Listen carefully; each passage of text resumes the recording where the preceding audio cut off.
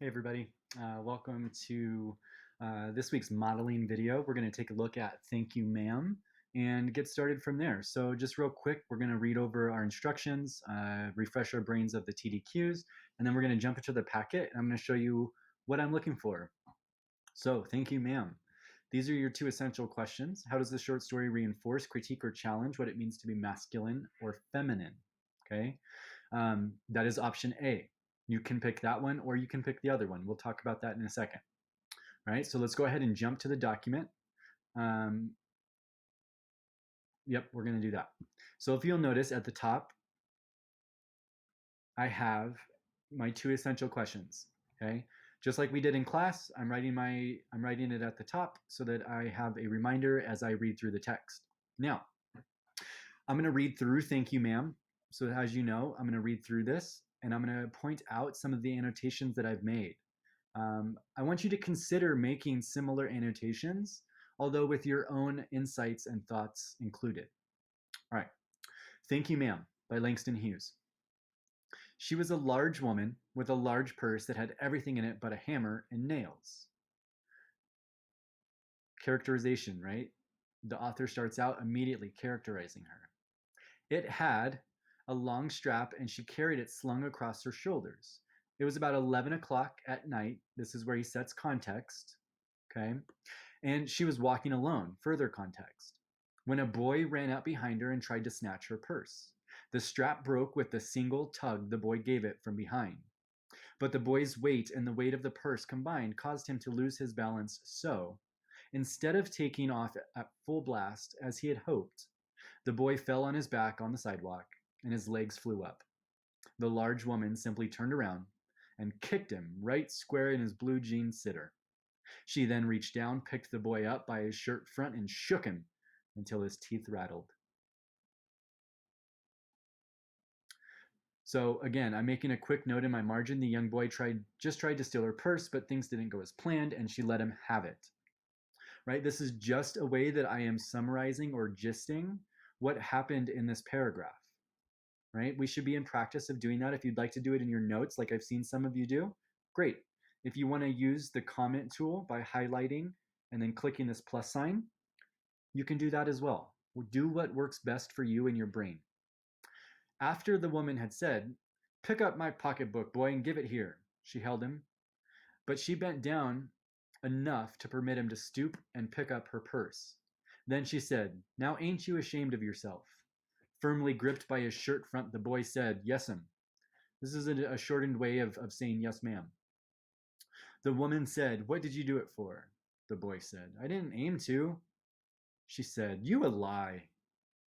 By that time, two or three people passed, stopped, turned to look, and some stood watching. "If I turn you loose, will you run?" asked the woman. "Yes'm," said the boy. "Then I won't turn you loose," said the woman. She did not release him. Again, right? I'm just providing some thoughts. She appears firm, direct, and not one to be played with, right?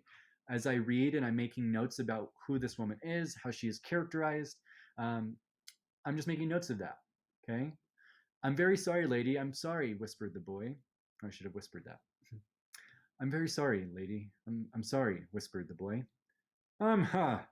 And your face is dirty. I got a great mind to wash your face for you. Ain't you got nobody at home to tell you to wash your face?"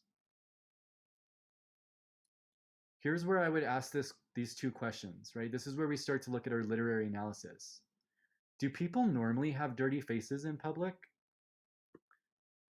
This should be a good place that you might ask that question, right? What social issue or conflict do people normally have dirt on their face in public?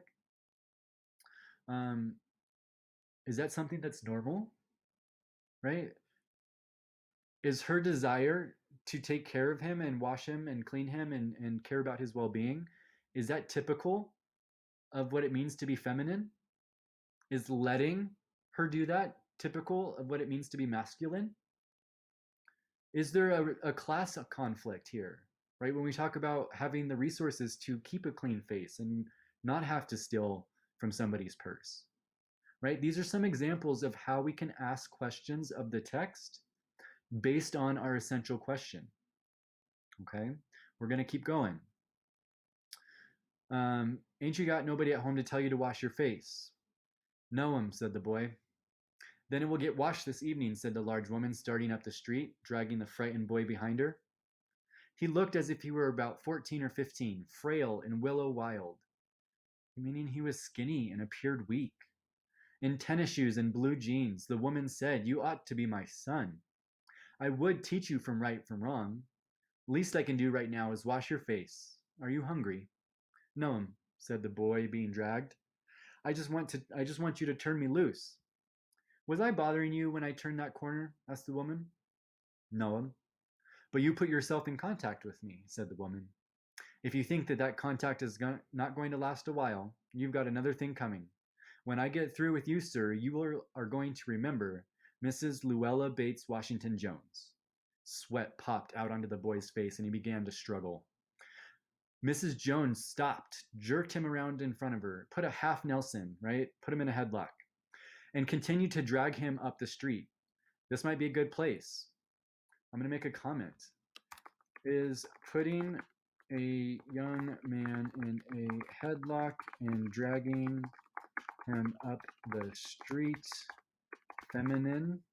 Let's say, quote unquote, characteristically feminine. Right? That's a question I want to ask myself. Feminine. Feminine? Yeah, okay. That's what I want to know. Okay. And continued to drag him up the street. But when she got to the door, she dragged the boy inside, down a hall, and into the large kitchenette furnished room at the rear of the house. She switched on the light and left the door open. The boy could hear other roomers laughing and talking in the house. Some of their doors were open too, so he knew he and the woman were not alone. The woman still had him by the neck in the middle of her room. She said, What's your name? Roger, answered the boy. Then, Roger, you go to that sink and you wash your face, said the woman, whereupon she turned him loose at last. Roger looked at the door, looked at the woman, looked at the door, and went to the sink. Let the water run until it gets warm, she said. Here's a clean towel. You gonna take me to jail? Asked the boy, bending over the sink. Not with that face. I would not take you nowhere, said the woman. Here I am, trying to get home to cook me a bite to eat, and you snatch my pocketbook. Maybe you ain't been to supper either. Late as it be, have you? There's nobody at home at my house, said the boy. This might be a good place to consider. Why is there nobody at his house? Could we be looking at a social conflict? Right? Could we be looking at some sort of issue that might need to be addressed? This might be a place to ask those questions. Okay. Then she continues, We'll eat. I believe you're hungry, or have been hungry, to try and snatch my pocketbook. I wanted a pair of blue suede shoes, said the boy. Well, you didn't have to snatch my pocketbook to get some blue suede shoes, said Mrs. Luella Bates Washington Jones. You could have asked me. Ma'am? This isn't your typical answer, right? Somebody just tried to rob you and he says that he needed something and you respond by saying, well, why didn't you just ask me? This isn't typical. This is something that makes him question. Why does he question her here? Do her actions reinforce or challenge typical responses to being robbed? I would say no. These are types of questions that you might ask yourself as you read this text. Is this normal? Is this challenging what it means to respond when somebody has wronged you? Food for thought. Let's continue. The water dripping from his face, the boy looked at her. There was a long pause, a very long pause. After he had dried his face and not knowing what else to do, he dried it again. The boy turned around, wondering what next. The door was open. He could make a dash for it down the hall. He could run, run, run, run, run, run. The woman was sitting on the daybed. After a while, she said, I were young once, and I wanted things I could not get. There was a long pause. The boy's mouth opened. He frowned, but not knowing he frowned. The woman said, You thought I was going to say, but, didn't you? You thought I was going to say, but I didn't snatch people's pocketbooks. Well, I wasn't going to say that. Pause. Silence. I have done things too, which I would not tell you, son, neither tell God, if you didn't know already. So you sit down while I fix us something to eat.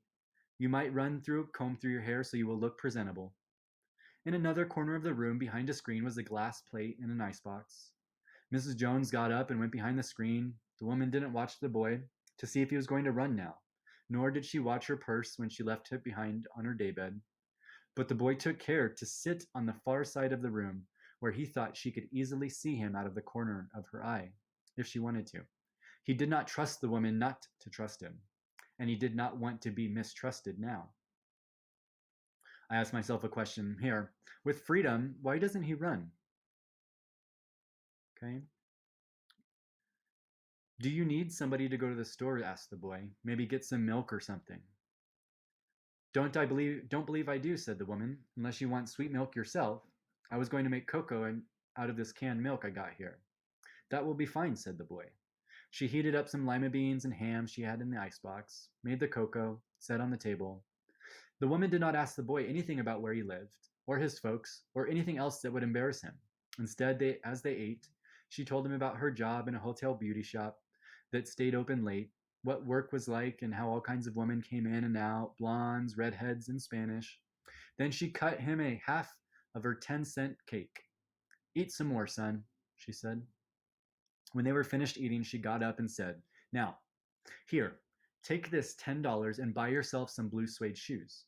And next time, do not make the mistake of latching on to my pocketbook, nor anybody else's. Because shoes come by devilish, like that will burn your feet. I got to get my rest now, but I wish you would behave yourself, son, from here on in. She led him down the hall to the front door and opened it. Good night. Behave yourself, boy, she said, looking to the street.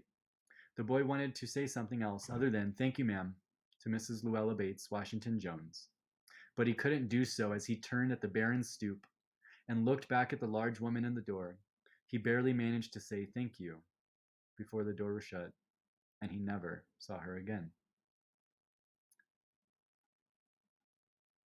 I want you all to read this story. Ask yourself questions related to the literary analysis. Create notes in your margins. Highlight anything that you think would help you answer one of these essential questions. I appreciate you all. Keep up the hard work. Reach out with any questions and come to office hours if you need it. Have a great day. Bye bye.